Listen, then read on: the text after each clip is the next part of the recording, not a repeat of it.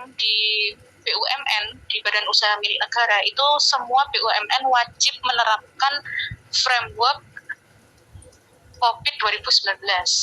Kalau yang terbaru COVID-5. Nah, jadi nanti kalian bisa meneliti di situ. Kalian melihat maturity level atau kematangan sebuah penerapan IT di perusahaan itu.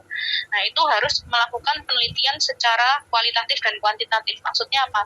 Kalian harus terjun masuk ke dalamnya, ke top manajemennya, harus melakukan wawancara, entah itu nanti bentuknya kuesioner, nah seperti itu ya. Terus kira-kira oh ternyata di bagian ini atau misalkan manajemen risiko atau SDM, maturity levelnya dia hanya nilainya 3. Misalkan dari 5 dia nilainya 3, berarti dia harus mengimprove di bagian mana aja. Nah, nantinya di situ peran konsultan datang, oh untuk mengimprove ini harus menggunakan ini. Nah, seperti itu ya. Ada yang ditanyakan mungkin Mas Mbak terkait ini? Mas Mbak semuanya? Belum ada, Bu. Oke. Ya, nah ini bisa dibuat skripsi teman-teman. Nah, terus selanjutnya ada tata cara menggunakan IT untuk mencapai tujuan pengendalian organisasi. Nah, ini kaitannya tentang penggunaan IT atau teknologi. Nah, terus ini ada fungsi penting pengendalian kontrol. Nah, fungsi penting bisa dibagi menjadi 3 ya, ada preventive control, ada detective control, dan ada corrective control. Nah, kalau preventif itu kita lebih mencegah permasalahan sebelum muncul.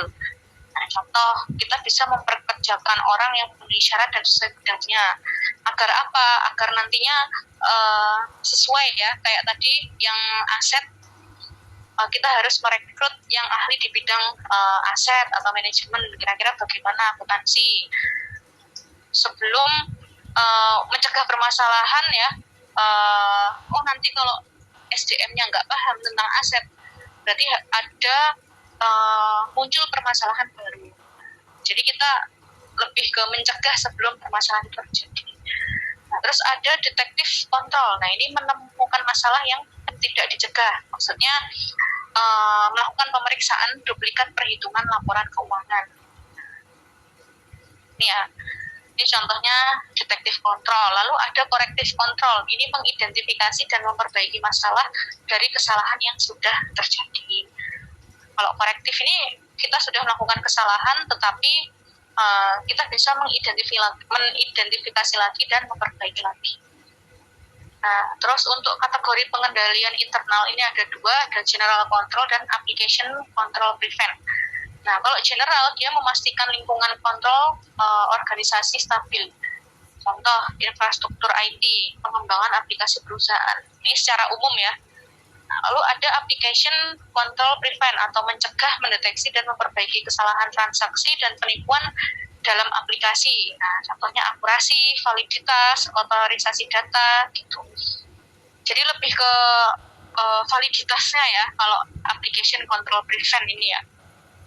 Nah, kita masuk ke framework. Intinya dari beberapa mata kuliah atau SI, paling nggak kalian harus paham terkait framework. Framework itu apa sih? Framework itu apa, Mas Mbak semuanya?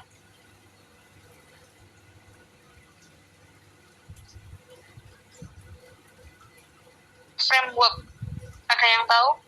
Kerangka kerja ya, Bu? Iya, kerangka kerja ya, Mbak Vanessa. Nah, kira-kira kalau kalian tahu framework atau kerangka kerja di bayangan kalian itu seperti apa? Kalau di bayangan Mbak Vanessa kira-kira gimana? Oh, frameworknya seperti ini, pakai framework ini. Itu Bu, apa kayak kotak-kotak itu loh, Bu? Kotak gimana? Apa ya namanya? Saya lupa. Sebentar, Bu, saya juga lupa namanya. Kayak kotak-kotak. Kayak misal kita bikin di Drawio gitu, Bu. Kayak apa namanya? Proses bisnis. Iya, kayak gitu, Bu. Oke. Kira-kira ada, terima kasih Mbak Vanessa. Ada yang punya pendapat yang lain? Sistem.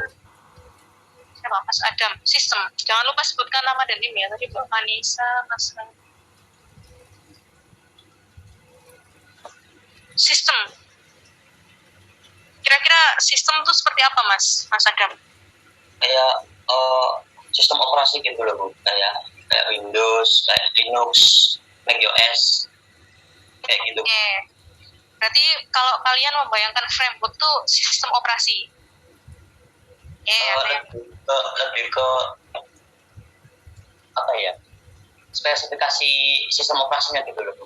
Oke, spesifikasinya.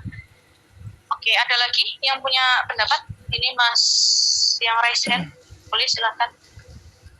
Oke, nama saya Nabil dari Nabil NIM 206. Kalau menurut saya kerangka kerja kurang lebih seperti ini Bu. Model rancangan alur kerjanya seperti apa nanti. Jadi seperti ada flowchart-nya nanti.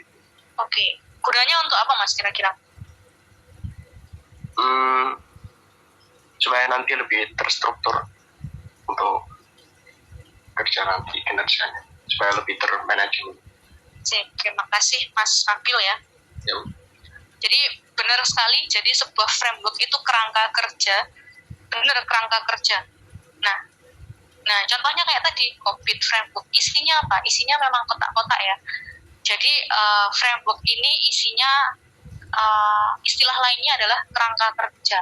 Tujuannya apa? Tujuannya agar kita ketika kita menyelesaikan suatu permasalahan atau membuat blueprint, katakanlah gitu, rancangan itu sudah sesuai dengan yang seharusnya atau sesuai dengan framework yang sudah ada apa namanya acuan. Nah, bisa buat acuan dalam kita mengerjakan sesuatu.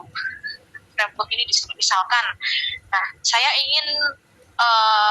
sudah membangun gedung ya, saya sudah punya perusahaan, saya sudah membangun gedung, dan saya pengen tahu kira-kira nanti jumlah